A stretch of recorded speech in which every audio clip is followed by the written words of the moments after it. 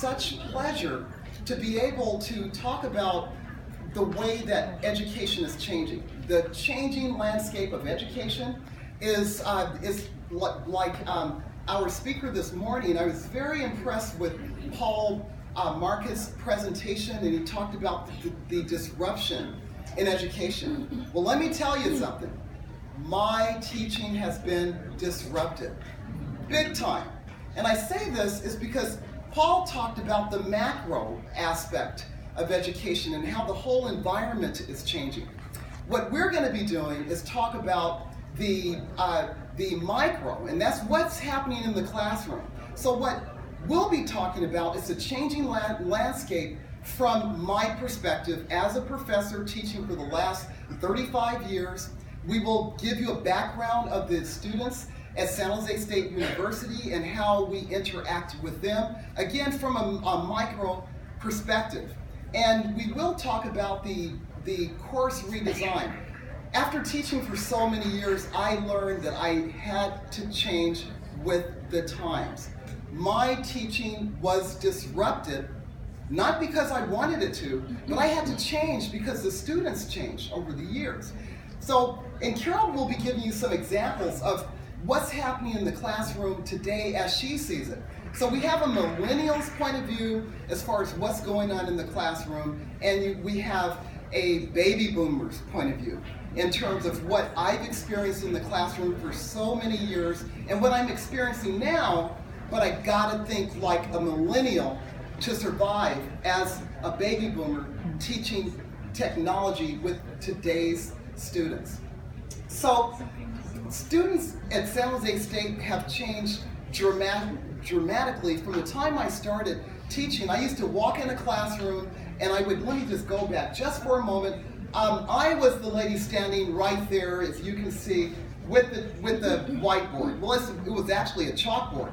I would go to class every single week, once a week for 2 hours and 35 minutes.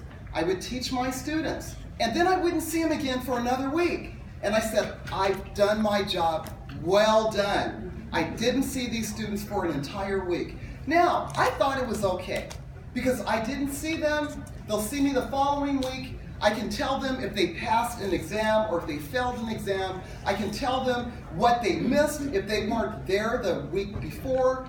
That worked way back then. That does not work now.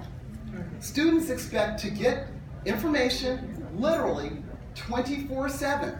Technology is ubiquitous. My students are literally, I have students right now at San Jose State University. I'm teaching a class while I'm here in Bangkok, and my students expect for me to be there for them. And they know that they can connect with me 24/7. So in order for me to move forward so that I can catch up with the millennials, I have to make sure that I meet my students where they are right now. And they want me 24/7, so I have to make them feel, not physically that I'm there, but they have to experience and think and just feel like I'm there for them 24/7. I'll talk a little bit more about that in just a moment. So to give you a perspective of the students that I deal with, first of all, San Jose State University has about 33,000 students. We're a commuter campus. We have 8 colleges on campus. I'm in the College of Business, and I teach specifically for the College of Business. The classes that I teach vary, but the particular class that I'll be talking about today is a marketing course. In this particular marketing course, students must be a junior or better, or some of our students, they've been in school for the last 6, 7, 8 years. And as Dr. Marca talked about, we're talking about learning for 40, 50, 60 years. That's what it's about. Well, I'll tell you, at San Jose State University, if you can't get out in 5 years, they're going to tell you, you got to go. So, the students are going to have to keep learning, but the number one thing is that I was experiencing something very differently in my courses within the last few years that I didn't really think about. My students were not passing my class. Now I said, now why is it? It used to be my students would pass my course, not a problem. But all of a sudden, I noticed for a few years, students weren't passing. And then I realized that we have students that are commuters, they're commuting to campus. About 95 of our students are commuting to campus. They're working full-time or part-time. Now let's talk about something. If they're working full-time, when does education start? If they're working full-time, when do they have time to come to the classroom? So I realized we got a problem here. The students that are working part-time, they're super busy doing a bunch of different things. And then I found that there were students taking care of their parents. They're taking care of their friends, their families. And I'm saying, wait a minute. If students are so inundated with juggling their jobs, taking care of mom, taking care of dad or grandpa, grandma, I've heard all kinds of things where students said, hey, I'm taking care of my family, so I can't do the work, Dr. Easter. And I said, okay, I get that. I understand if you're taking care of family, but you're in school. So when are you gonna have time for school? And then I said, well, if you're taking care of your family and you're doing all these things, and you're having a tough time with technology, I have a problem as a professor. So when I was teaching my courses, I had to stop right there and I had to think about, I had to change what I was doing in the classroom, otherwise my students would continue to fail. The other thing that I found out, 41% of the students in the CSU system, that's the California State University system, they have food insecurities. And you say, well, what's food insecurities? What does that mean? Well, these students have to choose. Am I going to eat or am I going to buy your textbook, Dr. Easter? And I said, there were many students who said, I'm sorry, but I couldn't study for the test because I did not have a textbook. And I'm thinking, oh my gosh, well, how did you get along so far in the class without a textbook? Well, they go to the library, they borrow a book if there's a book available, they copy notes, or they just hope that by some divine intervention, they'll be able to pass a test without reading the textbook. So I said, I, as a professor, I have a serious problem on my hands. So I said I needed to connect with the right people somewhere within the California State University system so that I could figure out a way to just redesign my course. And what I mean by redesigning my course, I just couldn't teach my course the normal way, just like I used to. The students come and they see me, and I can lecture for an hour, because I can talk, okay? I can talk for 3 or 4 hours, and I'm still happy. And the students are asleep, but I'm still talking. Well, let me say this. I realized that I couldn't do this anymore. I realized that I had to meet the demands of the changing population. So what did I do next? I said, okay, let me think about how the talented students that I have, students at San Jose State, they come from around the world. If I, here in Bangkok, I feel that I see a lot of San Jose State right here in Bangkok in terms of being wonderfully diverse. So with the diversity, I realized that talent is equally distributed in society, but opportunity is not. So what could I do to give students the opportunity to showcase, literally showcase their talents? I had to change everything that I was doing in the classroom. So again, I'm speaking from a micro point of view, what I've done in the classroom. Now let me just say this. I decided to redesign my course. To redesign my course, it simply means this. Everything that I knew in the past, I had to literally throw it away and start from the ground up. So I had to build my course literally ground zero, and I had to say, okay, now we got to have the students in mind. Who are the students? I know that my students are not buying the textbooks. I know that my students do not have time to really read or do a lot of things that's highly structured. So I knew I had to have my class available to the students literally 24/7. And I decided, well, let me go in and try to do this. Even though I'm a baby boomer, I have to think like a millennial. So I would ask my daughter, said, okay, from a perspective of a millennial, how do you think I should set my course up? So I wanted to have a student perspective, even though she's not a student, but because she's my daughter, I have to, in the same age range as my students. I started thinking, how can I change based on the student perspective? But then I started thinking about the bottlenecks. Now, right here, it says decrease bottlenecks. Well, here's the deal. If the students are not passing the class, then they have to take my class over again. The ones that have yet to take my class, they want to register in my class, and they're the first ones to get in the class, but the students that are repeating my course, they're going to have to wait. So the university is set that you must graduate by a certain time frame. And the problem is, it's a conflict of interest here. It's because we want our students to graduate, but if there's a bottleneck where everyone's trying to get into my class and they can't get in the class, what's going to happen? It's like being in an intersection and you're trying to figure out who's going to go first, and then, or whatever. But the students that get in the class are the ones that have never taken the class. And so I wanted to decrease that, and I wanted to open the class to more people. Make learning affordable. Now that's the operative word, affordable. How could I do that? I decided I need to talk with the people at San Jose, not only at San Jose State University, but at the chancellor level. Dr. Hanley was the person that I had gone to, and you're going to hear from him in just a few moments. And so I wanted to create more engagement, because if students are coming to class and they're tired, they're hungry, a lot of things are going on in their heads. How can a professor teach the way that I used to teach and keep students engaged, or to get them engaged, if they have all this other stuff going on? So again, changing the way that I had to design my class in a way that it was going to be palatable for any student to come in, especially the free. Now remember the word free, and because I'm going to talk about it quite a bit. You guys like the word free?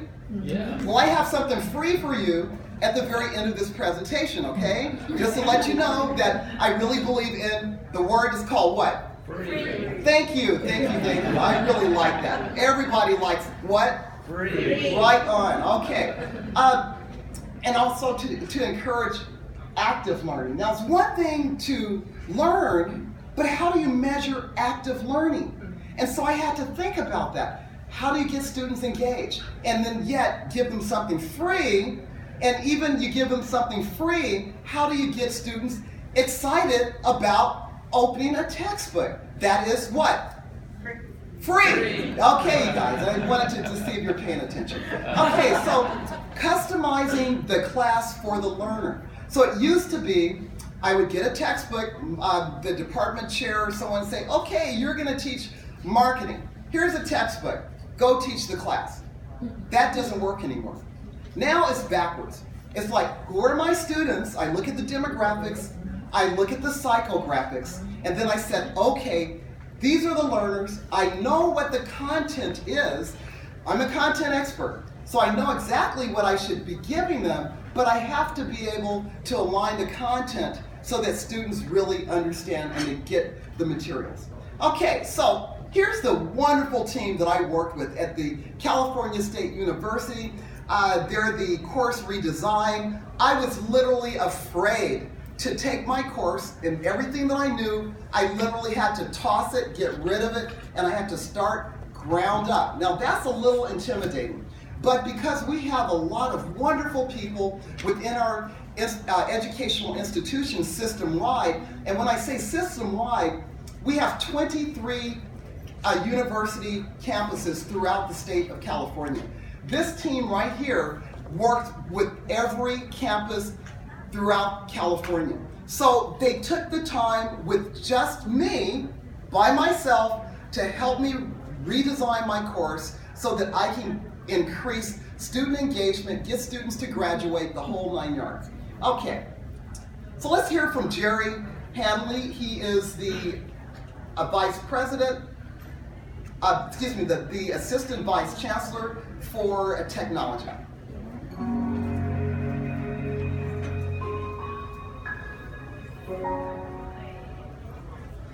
Hi, my name is Gerry Hanley. I'm the Assistant Vice Chancellor for Academic Technology at the California State University System. It's my pleasure today to talk to you about the Affordable Learning Solutions, the CSU's major initiative to reduce the cost of course materials for our students. And we're doing that in a variety of ways. We're partnering with our bookstores to work with our publishers to provide students digital versions at significant reductions in cost, up to 60% off or more for digital versions.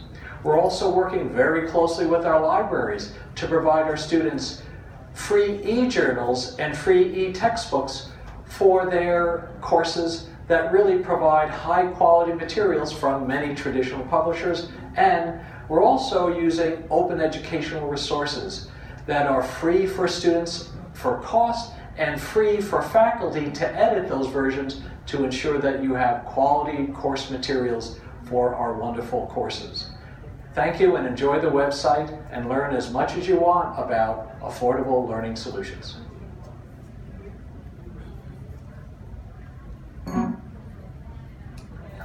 And as Dr. Hanley said, we do have a lot of open educational resources that are available through the CSU system. So when we say open, it's free of cost and it's something that there's no barrier to entry. So you'll be able to go ahead and go through all the materials that are available for you. They're Creative Commons, so that will be able to be used and modified to your own context. If you find a textbook that's available to you through some of these learning resources that we're going to show today, you'll be able to modify them for your classes as well as use entire class structures if you'd like to. And these type of things are going to be available 24/7 for your students. I found a lot of success making sure that I have available resources for my students 24/7, because if they're on the phone, they can actually look up their textbook, they can use their phone on the textbook, they can use your textbook on the phone, or say for instance, I create YouTube videos for my students as well, which they can review at any time, whether they're in my class or outside of my class. So that's something that's very, very good. You'll also see that there's open access journals and peer-to-peer relationships that you can actually create and build with other professors, no matter what discipline. And all of these are going to be available for you in the Cool for Ed. So California Open Online Library for Education. Just like any library, you should be able to go through this as a resource and find your course on that bookshelf. You'll be able to use even Merlot, which is incorporated within that system, so you can create and build better courses for your students. Behind me or over here, you'll find that this is going to be a scroll. It's just going through how the website looks. With this, you'll see that there's peer-to-peer reviews. You'll be able to find other courses and textbooks created by other individuals, and there have been a lot of success stories in that. You'll also be able to find textbooks by ISBN number, so if it's not free, they have similar ones that can be free for your students that you can use, and this will also allow you to sort by discipline, as well as reach out to other faculty members if you'd like to around the world. And then within Merlot, let me just move over to the internet.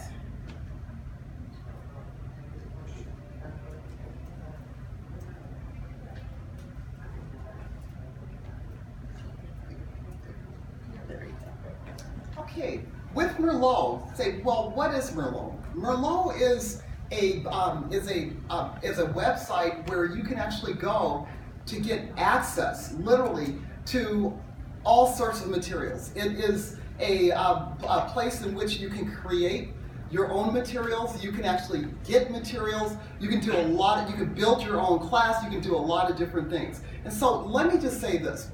When I had to build my class, the first thing the CSU system told me I had to do, they said, well, you need to join Merlot, become a member, and it's a free membership you don't have to pay a thing, but it shows you exactly how to redesign your course so that you can utilize the materials in Merlot. And then I said, well, gee, if I'm going to have to do all this work, well, where do I start?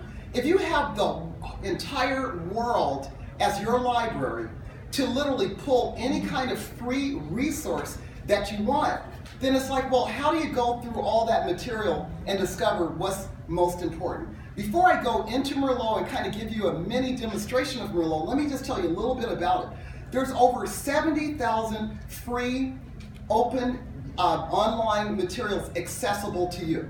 So I'm a marketing professor, so I already know that if I do a filter, I don't have to worry about the 70,000 pieces of literature to go through. But there's a significant number of materials to look at. So going from a regular textbook that my students were paying $200 and $300 literally for one textbook, and going to zero free information. I said, so how do you find the right textbook information so that I can employ that in the classroom? So I'm going to take you on a tour in just a moment, but let me give you a little bit of data about Merlot. And that is 4,600 free open e-textbooks. So it's like, okay, so online textbooks, my students, all they have to do is just download a link that I provide to them.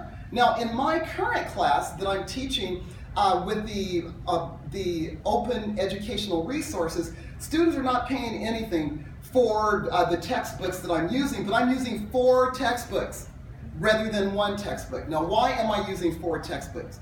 The beauty of Merlot, I can pick and choose whatever I want to borrow to put in my class, and so I use select chapters from all 4 textbooks. So only the chapters that are applicable to the learner, that's what I'm going to use.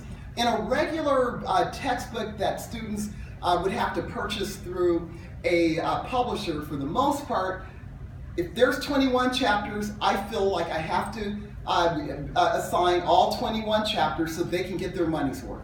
I just don't want to skip any chapters because I feel like if you're going to spend $200 or $300 on a textbook, and if I know as a professor that I really want only maybe 15 of those chapters, but because I had my students spending all that money, well, it's not fair to them, so I end up teaching things that I really don't want to teach that's not necessary for the students. So the beauty of Merlot is that you get to pick and choose what you want. So let's just take a brief little tour, and that is, we're just going to go. I'm a marketing professor, so anything that I want that has to deal with marketing, subject specific, I can find it right here. I just go do a word search, I click on marketing, and you see right to the leisure here, you see all of the wonderful, there's materials here, there's memberships, and I'm going to go on some of these links in just a few seconds, but they make it very easy. It's intuitive to go to Merlot, pick out what you want. Everything that I do usually has to do with business, and so I'll click in there, and it's like going into a candy store. You can get just about anything you want. And so the other thing is that there's over 300 new materials being submitted to Merlot every single month. So I can always have the latest, the greatest, and the most up-to-date information possible using Merlot. Now, this is something I never thought about when I used to start teaching. I started using these materials 2 years ago, okay? So I'm brand new at this. And so it was very, very difficult for me to let go of what I knew and going into new territory. But now that I'm here, I will never go back. I will never go back to the way that I used to teach, because now my students are getting the benefit of a lot of wonderful material at no cost. The other thing, let's see, let me just move on here. So you can click on what I normally like to do. Let me just increase the slide real quick. If you notice, you see date modified. I always look for the most up-to-date modifications that I can find. So for example, okay, here's the Global Edge. I can actually go there and say, okay, this author has modified, or this particular information has been modified recently. So now what I can do, I can go click in there, just hypothetically click in there and I can actually see oh, they're not giving me access. That's okay. I'll come back to them later, okay? Don't worry, I'll be back, okay? I will be back. But at the end of the day, when you should be able to go to course material and be able to see exactly what's going on. And what I can do right now, I can bookmark this. I'll be back, okay? I will be back to this particular link here, but I can bookmark it for later. So if it's down or not available at the time that I want it, I go back later and I check it out. So that's one thing that we can do. Let's take a look at some other things. Let me decrease over to back to the sidebar. Okay, so you can go filter by discipline. You can filter by just whatever discipline you're in. But then what I really love is that the type of materials that I want. So I don't have to worry about going through a whole lot of materials without necessarily knowing what I'm going for. So it's not a fishing expedition. I know what I want to do. So I can actually click on saying, okay, I want some case studies in my marketing area. Just click on case study, and what it will do is give me a bunch of case studies, and then what I will end up doing is making sure I do more filtering, and that is to say, okay, put marketing in there, and then I can get case studies for marketing, up-to-date case studies that I can actually use in my class. Okay, let me move on. I just want to talk about members. There's members from all around the world. We have, Merlot has about 140,000 members that, it's a free membership, 140,000 members. There's over 500 members right here. You might even see some people you know, right? Tell me, just raise your hand if you see someone you know. Oh boy, making hits already. Oh boy, this is wonderful. Right here, your community. So you have your community. Oh, there's Dr. Combs. There he is, right there. And if I really want to know more about Dr. Combs, I'm going to do this, Dr. Combs. I can just click on his profile. Hopefully he will not deny me this. Okay. Oh, good, he did not deny me. But I can go into his profile. If he's a professor of marketing, I will be interested in knowing Dr. Combs or who he is, and I can say, okay, let me just see. He's from San Jose State. He actually works here in Thailand as well at one of the major prestige universities I see. I can actually go to his materials. I can actually see various other information that he has, but also his interests and skills, his history, publications. I can just go, it goes on and on. Now here's the beauty.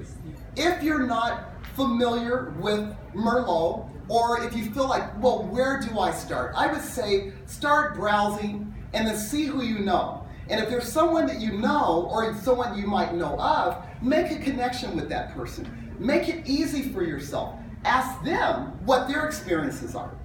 Ask them how they use Merlot. And then that can literally take you straight to the point. They can tell you what works. They can tell you what probably didn't work best for them. So that can be very, very helpful. Let me move on. There's learning communities. So, learning exercises and also learning communities. But let me just say learning exercises. We're talking about student engagement. How do you engage students in the classroom? So there's plenty of materials that you can see on this sidebar based on discipline that you can actually go through a whole filtering process and you can see what works for your students. And remember, here's something that that Gerry has said many, many times, and I really get this. He says, teach people, not information. So if you're just going to go for the information, then we're going to roll back the clock. It's like me going back 35 years ago when I first started teaching, and my department chair would give me a textbook and say, go teach your students. Now it's different. Now I think about the students, and we know my students have a lot of different things going on. So I think about the students, and I select the materials that's best for my students. I'm going to move on because I realize we're running out of time, and so I want to make sure we get to other very important aspects of what we're doing. And so again, there's course materials, there's members, and you can just check this out. I know you brought your computers because I remember reading something, bring your computer. I would actually go into merlot.org and check out Merlot for yourselves. And at the very end, let me just say this now because we won't have time to go back. If you decide that you're interested in Merlot and you want to become a member of Merlot, remember is what? Free. Okay, say that again. Free. Free. And so you want to check it out, and you know you can't beat free stuff to give your students. Okay, so I'm going to move on to the next. Let's go to, okay, I'm going to show you just briefly how I use Merlot in my class, my class. So here's the thing. My students were failing. They're not failing anymore. And as a result of going through the course redesign, using Cool for Education, using Merlot and getting all the wonderful information, I completely changed what my class looks like. So I'm using the LMS called Canvas. This is what inside of my class looks like, and this is for fall. This is for my fall class. It's not, hey, this is what I love about Merlot. I literally set my class up using the Merlot course e-portfolio, creating my course. I have my course fully developed for the fall, and in California, it's just, we're in the summer months. And so my fall course doesn't start until what? No, it starts in August 21st, but my course is ready to go for the entire semester.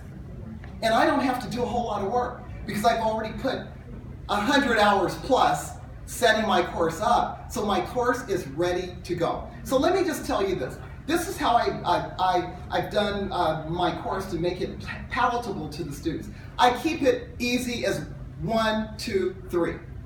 Step 1, I tell them what to do.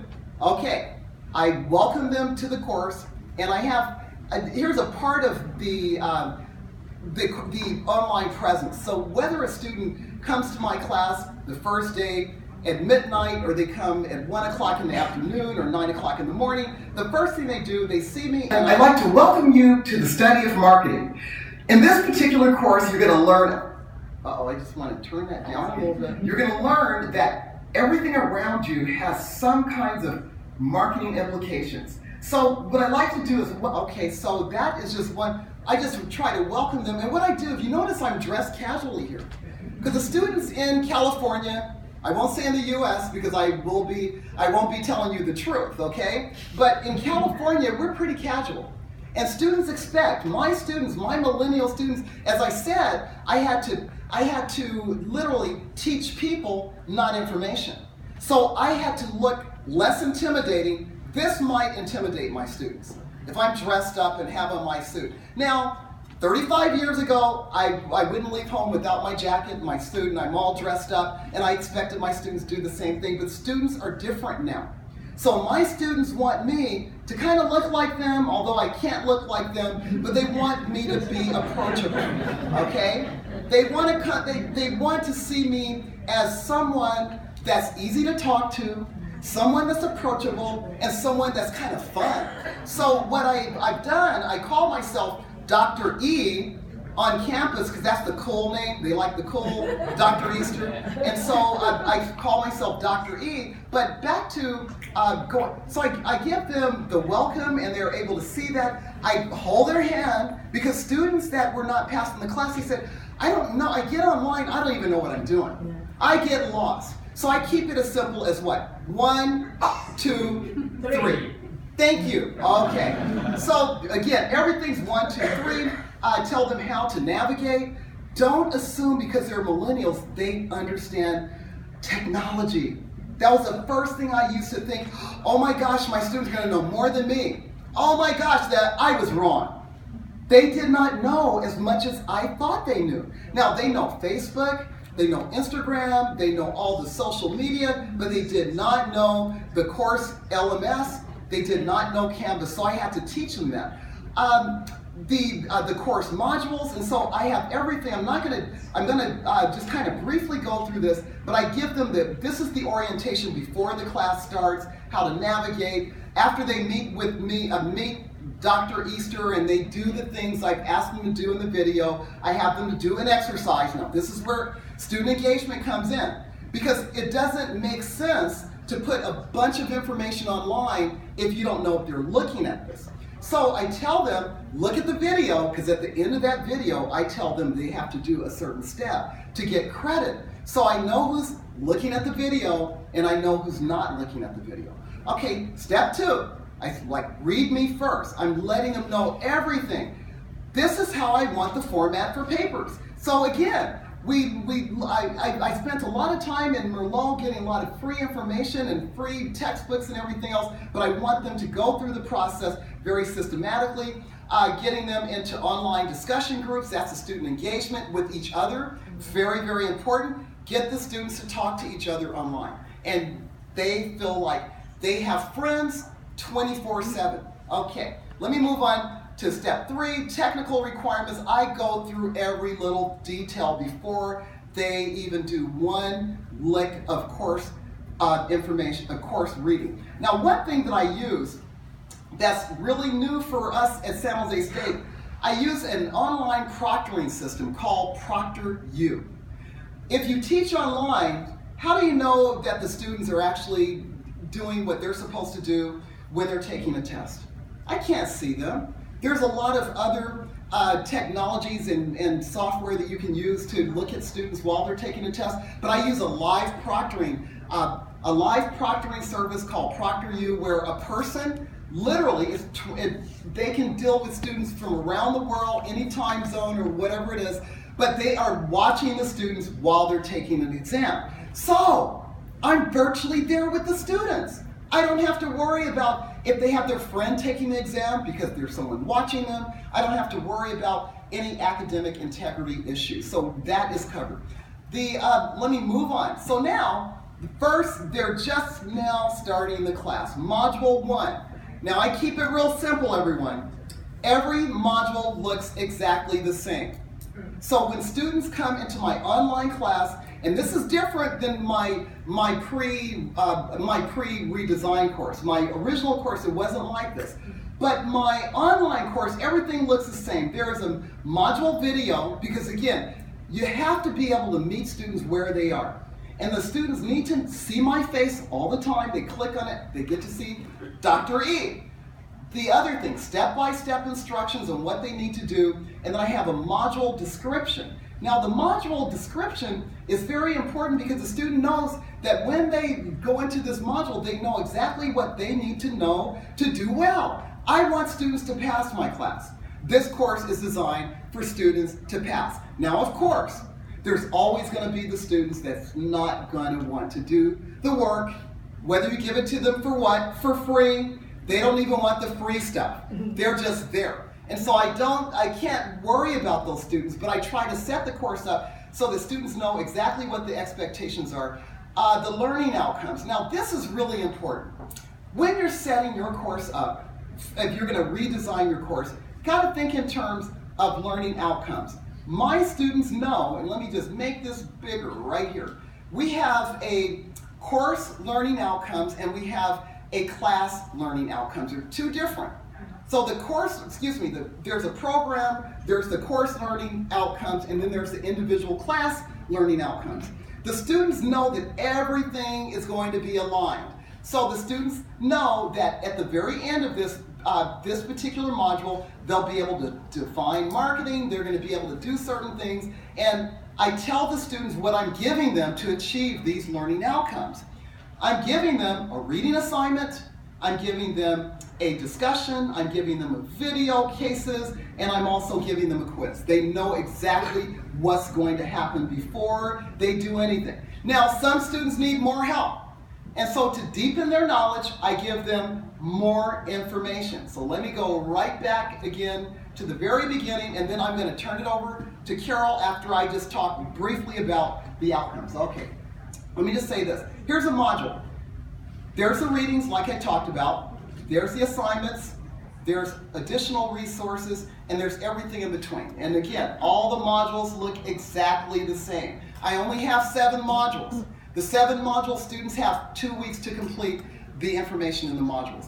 Now that's a lot different than the week-to-week class that I taught for 14 weeks in years past. Very, very different.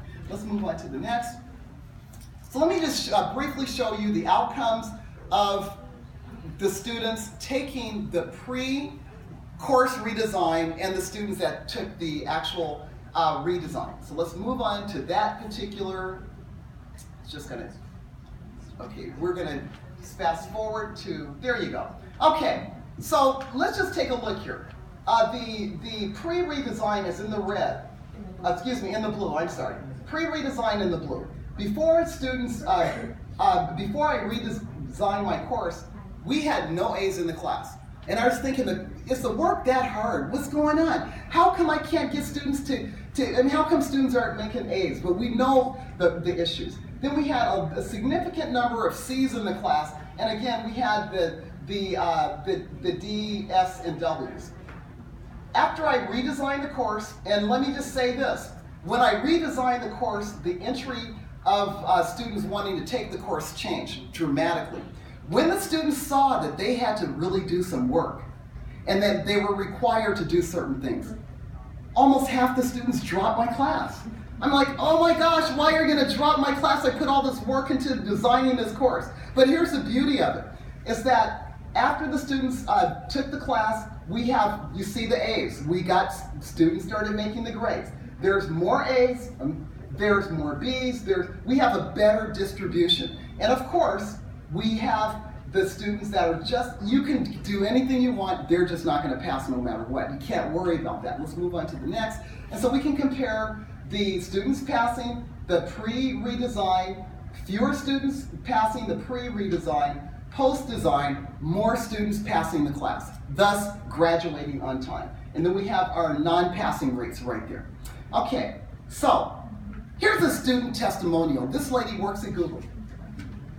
And she's a working person. She fits all the demographics that we talked about. She's taking care of grandma, grandpa, and everybody in between. But here's what she has to say about the course that my course, after she had completed it. Hi everybody, my name is Jane Galvin. I'm a student at San Jose State. My major is in business with a concentration in human resources and a minor in psychology. I am only actually going to school part-time at the moment because I'm also a working professional. I'm a staffing program consultant at Google, so I stay very busy. And this semester I'm enrolled in Dr. Easter's online marketing class. I like this class for a number of reasons. Well, first of all, the book is free, and you can't beat that, so thank you, Dr. Easter. Beyond that, I really appreciate the way the class is structured. I think it's laid out nicely. It's very user-friendly. There's no ambiguity of what's expected, and it's pretty straightforward, so I really appreciate that. I like the communication that's really encouraged in the class. Not only is there a discussion board to where we need to answer questions, but we're encouraged to look at other students' responses, agree, disagree, and really get that communication going. She also makes herself available live, so if we have any comments, questions, or concerns about the course or the material, we can have that discussion. So I really like the way this is laid out. I think classes like this can really set students up for a lot of success. Not only in marketing, but I also think it can help across the board. As I grow closer and closer to graduation, I'm having a rougher time getting the classes that I need. So the concern of whether or not I can graduate from San Jose State has become a concern. There is a lot of motivation in enrolling in San Jose State, but being able to get the classes a student needs in order to complete their program, I think therein lies a lot of the success in making sure that students can walk away to graduate. So thank you, Dr. Easter, for putting all of the efforts that you have into the online class. I think it's really setting me up for success here, and looking forward to the rest of the semester, so thanks so much. You're welcome. All right. So it's all about student feedback. You want to be able to really be able to listen to your students and give them what they need. Like Jane said, after the redesign of the course, she was able to excel in the classroom as well as in her job, etc. And I'm sure that her job is very tough and she's very busy all the time. But for myself at Chabot College, which is a junior university, we prepare students to go to San Jose State University. We prepare students to go to the bigger colleges. So it's some kind of 2-year institution. So it's a 2 years college. And I teach graphic design, a multitude of technology and creative courses. And my students came to me and said, hey, and I go by Carol, that's fine, because she's already Dr. E. I'm just Carol. I go, hey, Carol or Professor, if you don't mind, I really, really love the way you teach our technology in our classroom, but I've been looking for some other materials, like on YouTube or somewhere else, and I just can't find the way you explain it. To me. So I teach InDesign or Adobe products, if you guys are familiar, like Photoshop and things like that. And I said, you know what, I'm going to try my best. I'm going to see what I can do to create those resources for you. So whenever I get a frequently asked question or someone to ask me, hey, can you re-explain something? I'm sure you guys have similar experiences, and hey, can you re-explain this? I want to hear it again. That's where I have a YouTube channel now. I actually got a YouTube channel set up for my students. So whenever I hear that they have another question, I actually am able to provide them those resources. They can review it as fast as they want, as slow as they want, on any time on the train, going and coming to work, and that'll be available to them 24/7. But in order to learn how to create those things, of course I'm a graphic design teacher, I should know a little bit about technology, but I had to do some research as far as what technologies I needed to use in order to create content for my students. Because the other OERs that you'll find in Cool and Merlot are easy to find, of course, but sometimes your students want something from you. So this is a clip from my YouTube channel, so here we go.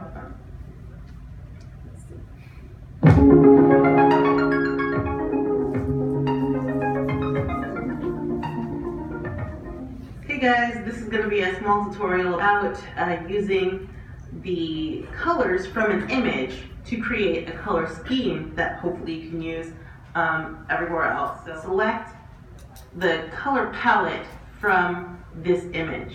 So I'm going to go over to my toolbar and then get the color theme tool out. That, if you don't have it revealed, it's going to be underneath the eyedropper tool. So I'm going to go ahead and click on my image now. So I've selected the color theme tool. Boom. And what it's done is it's created a color palette. So I can go ahead and see colorful here, bright, and there's different kind of moods for the colors that they have chosen for us.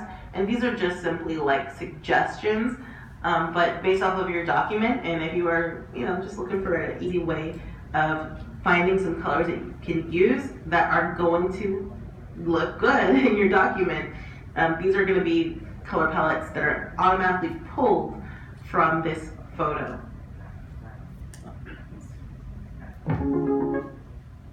And those are the types of tutorials. I've chopped that one up quite a bit to get to the gist of it for you guys. But really what I'm doing is I'm creating something that should be easy to follow, very small things about tools, and you can do it yourself no matter what discipline. As you saw in the previous slides with my mother, you were able to see her actually teaching her own Canvas classroom, and you have, her wearing a red shirt. That's actually using some of these softwares that I have available to you here. Not all of them are free, but you can always work with your university in order to get a hold of them. With recording, editing, and uploading, those are the 3 main steps as to creating a process so you can create video content for your students. So if you want to use QuickTime, that's what my mother uses for her screen captures. Screen capture simply means that you are taking a picture of your computer screen. The same thing goes with me. I use ScreenFlow for the screen capture software because it has a lot of great materials within it. You can actually edit it, and I have a little bit of a demonstration on how to do that or what features that software has as well. And then after you get those things for editing, you'll use any editing software you'd like to use. If you want to use ScreenFlow, then it's all built in there for you. But I like to do those really cool intros and exits for my videos, so that's why I use editing software on top of that. And uploading, of course, you can upload them anywhere, but I use YouTube because, as my mother said, you meet your students where they are. If they're on social media networks, you want to be right where they are, so they don't have to log in and log out. You don't want any access barrier. You want them to make sure that they can actually see all of those contents. I do want to have a small call out for OBS. OBS is a software, I haven't really mentioned that, but OBS is open broadcasting software. And what that means is I'm able to do live streams for my students. So I actually do blow-by-blows or complete walkthrough tutorials of how to create documents in my class or entire projects. Because it's a graphic design class, I need to do that. But I'm sure you could probably use it for any kind of live lecturing if you are any other discipline.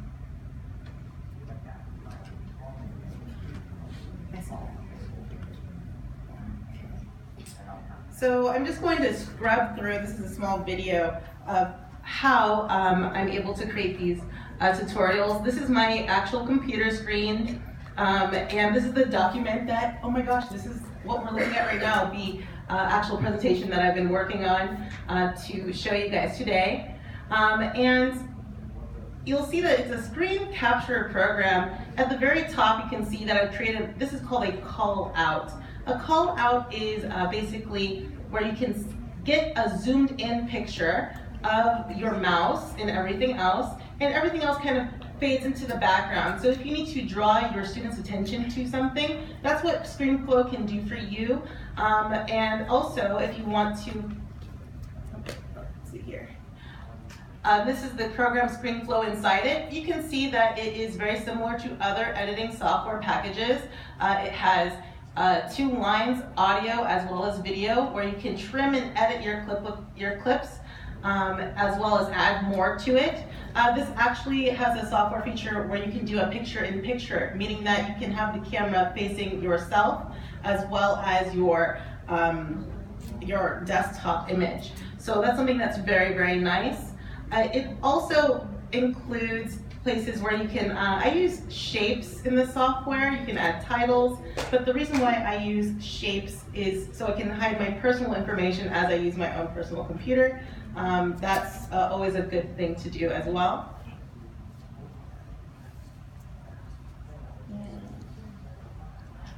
And I also make sure that I use a very good microphone, or just even a medium good microphone with it, because sound quality is important with these tutorials. Directly in ScreenFlow, and I'm not quite sure when it will pop up. Yes, here. So right here you can see that you're able to upload directly from the ScreenFlow software into YouTube. So this is a recording, editing, and uploading solution all in one program. This is a paid software, I'm sorry about it, but if you are interested in making sure that your tutorials are quick and easy, especially if you're teaching technology courses, this is my recommendation. And it's really important to make sure that you can be able to receive feedback from your students in order to continue the education, to continue those types of things where you can provide them the resources that they need. And that's really what OERs are about. Okay, so teaching presence, what does that mean? Whether you're teaching a regular live class on the ground or a blended class, also known as hybrid, or you're online, students need to feel like you're there. So how do you do that? It's the way you set up, the way you design your course. So you got to be very selective. So you're going to go into Merlot, you're going into courseware, wherever you go to get information. You have to say, how am I going to provide this information so that we can get the best engagement from the students? Extremely important. Your presence is very important, and it starts in the background. So you can't be present right now in your class if you haven't designed your class properly to get the presence. When I give videos or I provide videos in my class, the first thing I think about, Okay, first of all, the videos have to be short. Students are not going to spend 30 minutes watching a video. I'm sorry, it's not going to happen. The data shows that even when you do a lecture, students are going to spend anywhere from 4 to 7 minutes engaged in that lecture material, and they're going to click straight out. Now they're going to go swimming, they're going to go to the mountains, they're going to do all kinds of stuff. So how can you get them engaged and keep them engaged? Keep it short. I like to do the 1, 2, 3 step, keep it real super simple, and make sure that everything looks the same for the students. So it's the structure of the class, behind the scenes, what happens, all the things that we've talked about so far. You got to think about the student first. Teach people, not materials. It's very important. If you keep that in mind, you'll start thinking about, okay, I'm going to use 4 different textbooks. I think about this. So, am I going to give them all 4 textbooks? No. What am I going to give them? Here's a test, you guys. Somebody said it. Chapters. There's 2 people that you get the first pins at the very end. I have a gift for you, okay? So you make sure you collect your gifts. So here's the thing. You select only the materials that's appropriate for what you're teaching. So when it comes to aligning the learning, we got to think about that. Back up. Are we okay on time? Okay, so you got to think about all these things up front before you release your class. The other thing is determining the content online. I'm always thinking about this. Discussion groups, for an example. That's a form of engagement, but you have to monitor how the students are engaging when they're talking to each other. So I have a prescribed rubric that I give to the students and say, okay, when you're doing online discussions with your colleagues, here's appropriate feedback that you give your colleagues, and I give them an example, and then I'll say, here's things that's inappropriate, and I give an example. So that when I grade them, and this is a lot of work, I tell you, if you do online discussions and you're grading the students on the discussions, it's a lot of work. But you know what? That comes with the territory. If you're going to redesign your course and you want to get engagement, you're just going to have to spend the time on task to ensure that the students are engaging properly, and then after a while they get it. My role, I have to be there available. That teaching presence is very important. Teacher to student is important. Teacher to content is important. Student to student is important. All these different things I'm watching at all times. And then also, as Carol said, it's so important. Carol gives free information to the students, free resources to the student, but she designs her resources. I don't do that. But the number one thing, she listens to the students.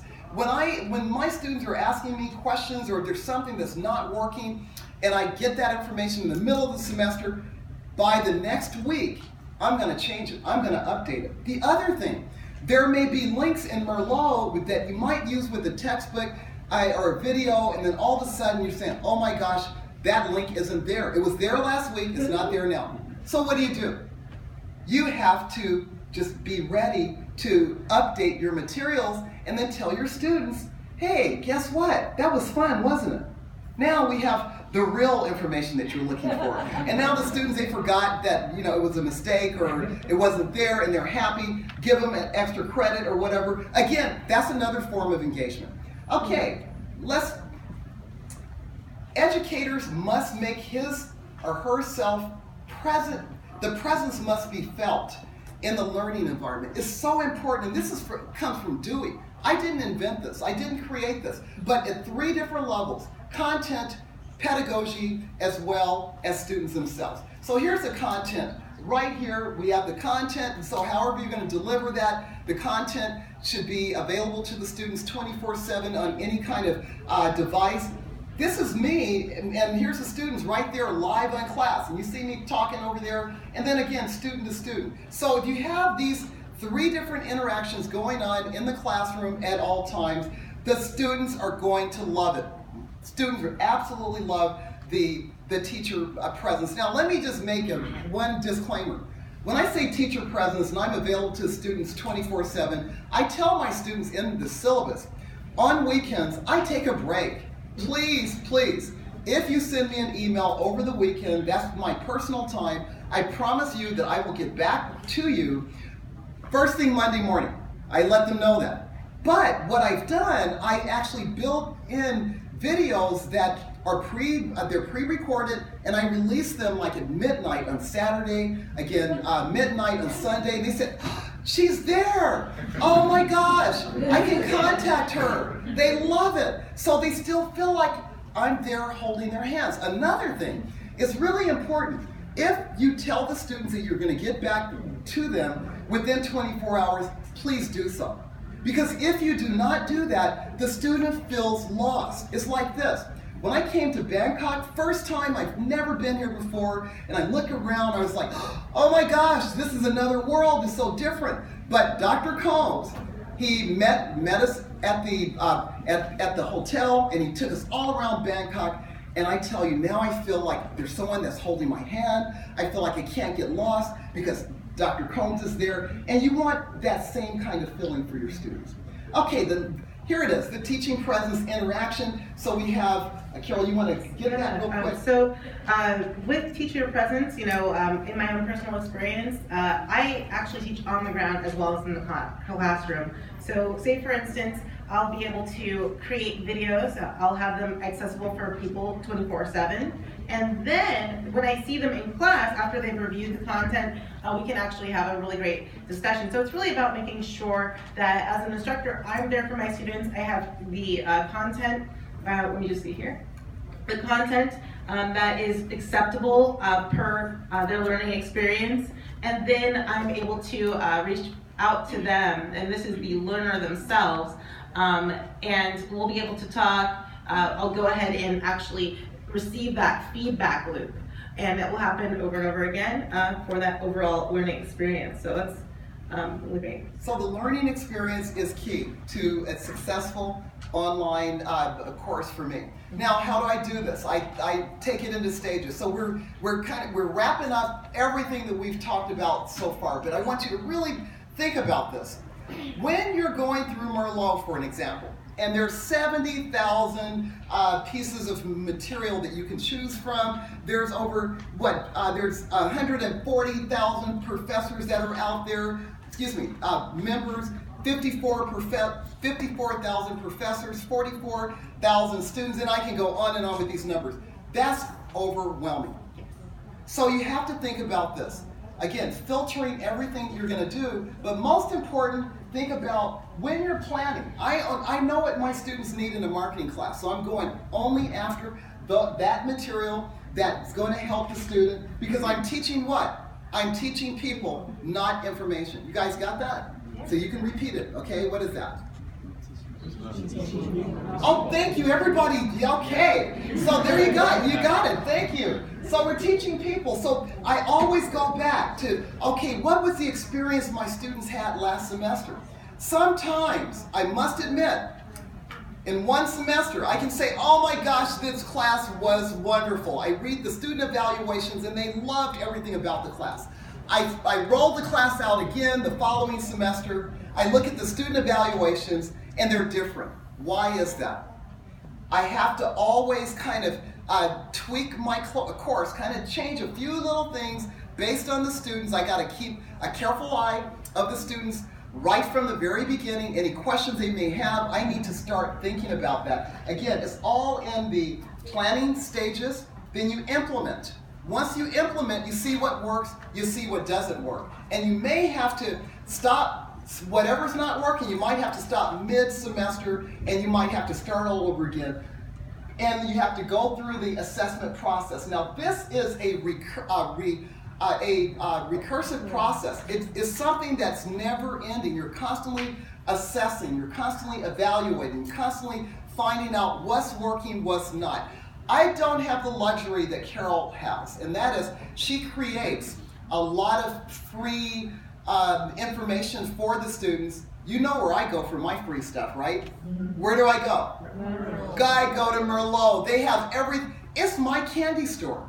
It's my educational candy store. So whatever I want, I can find it. I can find cases for the students. I can find just all kinds of things, videos. Now let me just give you one thing about Merlot that I have to learn on my own. When it comes to testing, you say, well, can you get test banks through Merlot? Do you guys want to know about that? Yes or no? Yes. I want to hear a yes, a definite yes. Yes. Okay. You might find yourself a little disappointed. It's because if you're going to use 4 different textbooks like myself, not all of the authors that contributes their materials link their materials to the textbook. I mean, to the test bank. So then what do? I go to my learning community and I find out what they're doing. I find out what they're using, and then sometimes I can borrow that. So for the cons, the things that may not work, the nice thing about it, if you keep digging in Merlot, you can find what does work. So I have a lot of wonderful test banks that I was able to get from some of my online colleagues in the community, and that works just fine in Merlot. But I had to discover that. I did not know that at first. I thought that if I got a textbook, I'm automatically going to get all the supplements and everything else. So that's something to be mindful of. So, implications. We're here already. The importance of technology for the next generation of teachers. Now, unlike my daughter, who's only been teaching for 2 years, she's doing a pretty good job. Don't you think so? Yeah. Let's give her a round of applause, everybody.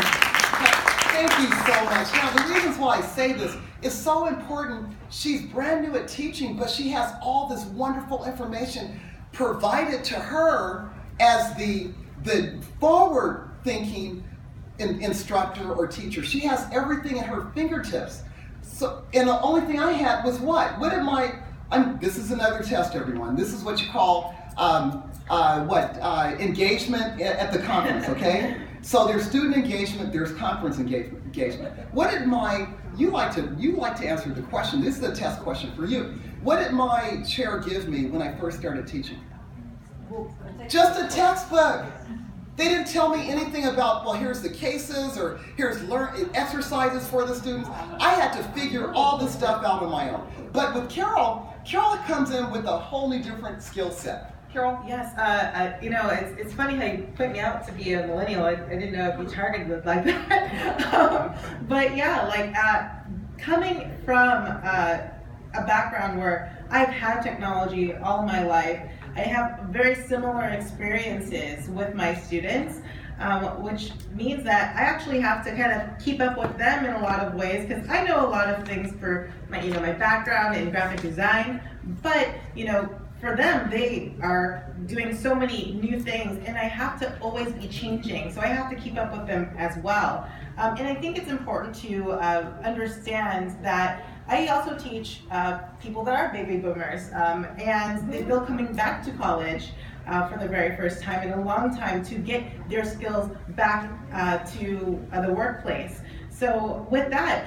competence in technology, it's a broad spectrum. I have some people that email is new, and they can be 16 years old. But then also, I can have someone who has been, in the business industry, and they are running circles around people that are in my age group. So it's something to really be aware of, and then also being open to change. That's why it was just one conversation with a few students that I had that propelled me to get a YouTube channel going, and it's been really, really rewarding in the classroom, because they tell me all the time, "Oh, professor, those videos that you have on the YouTube channel, I'm able to review them at any time I like," and it's really been able to help them with the software packages. So I think that that's the biggest thing. You want to make sure that you're not always stuck in the same way sometimes. I have to be more flexible sometimes. So as Dr. Marcus said earlier today, it's a paradigm shift. Things are never going to be the same. And I love, Dr. Marca, your title about the education in an era of disruption. I mean, it's so timely, because everything has changed. Everything is changing, and nothing's staying the same. And there's so much more that keeps coming out.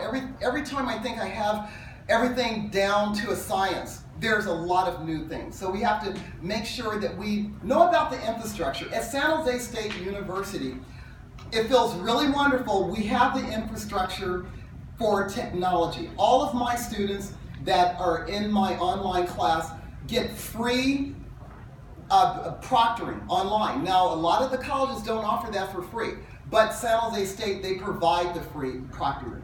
When it comes to the digital divide, Well, a lot of my students, if they couldn't afford a textbook, do you think they can afford an iPad?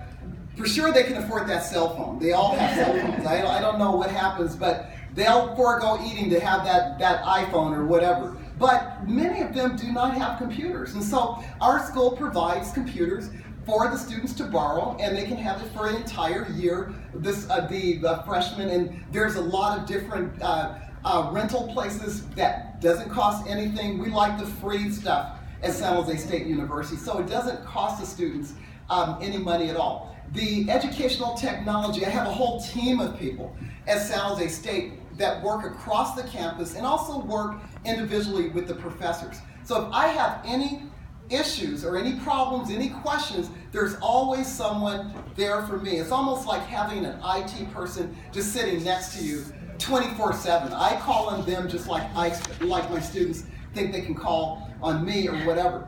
Collaborative learning.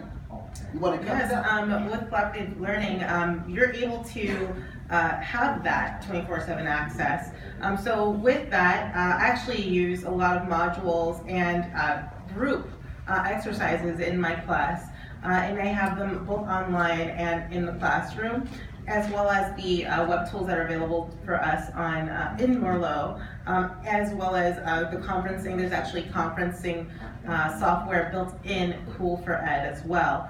So you can actually have almost like a Google Chat type of interface or a video chat type of interface. But at Chabot College, we don't have the I guess free ability to have textbooks on iPads and things like that. What we do is we actually just have lab time. So with lab time, we have almost, I think, all day, every day of the week, there are computer labs that are available for every discipline that needs a computer with all of the software that they need. So they don't have to purchase anything. They don't have to go out and borrow iPads or anything like that. They can just come to the lab on campus and then use those things. So that is really rewarding too, because I can go and meet them and help them there as well. Yeah. So whatever web tools that that works for your students, again, it's about students, not materials for the most part, but whatever tools work, that's what you want to use. And just know your students, know what your campuses offer, and then try to integrate those. But I would encourage you to check out Merlot. And so if you really would like to check out Merlot, it's merlot.org, and if you want it, it's super simple to just click in there. And if you want to become a member, if nothing else, you can go and see what other people are doing in your discipline. And we'd like to thank you so much for participating in our presentation. Thank you very much.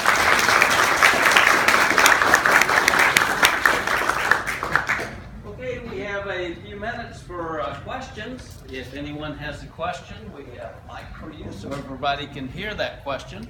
I think this is an active mic anyway. So, you have a question? Sure. Hi. It's on. It's on. Okay. Hi, I'm Wan. I'm from University Putra Malaysia, Malaysia. Thank you for your very interesting presentation.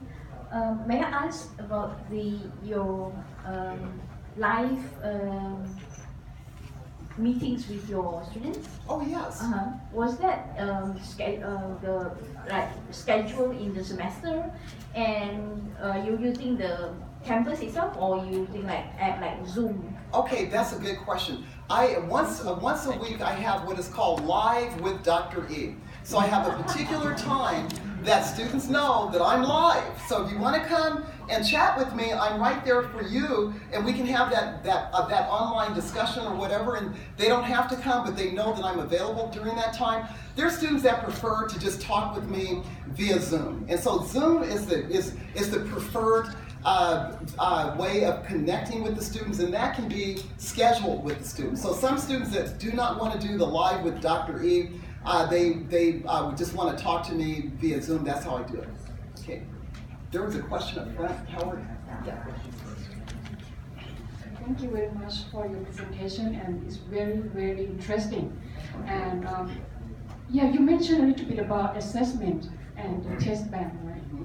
Let me ask you about how do you design your test bank online? I mean, students go online for their test, or they do on their paper, or how you access this. Okay. Thank you. So, thank you. Okay, so the question was about the test bank. Do I do it myself? Do I create that myself? And also, how do students actually get tested?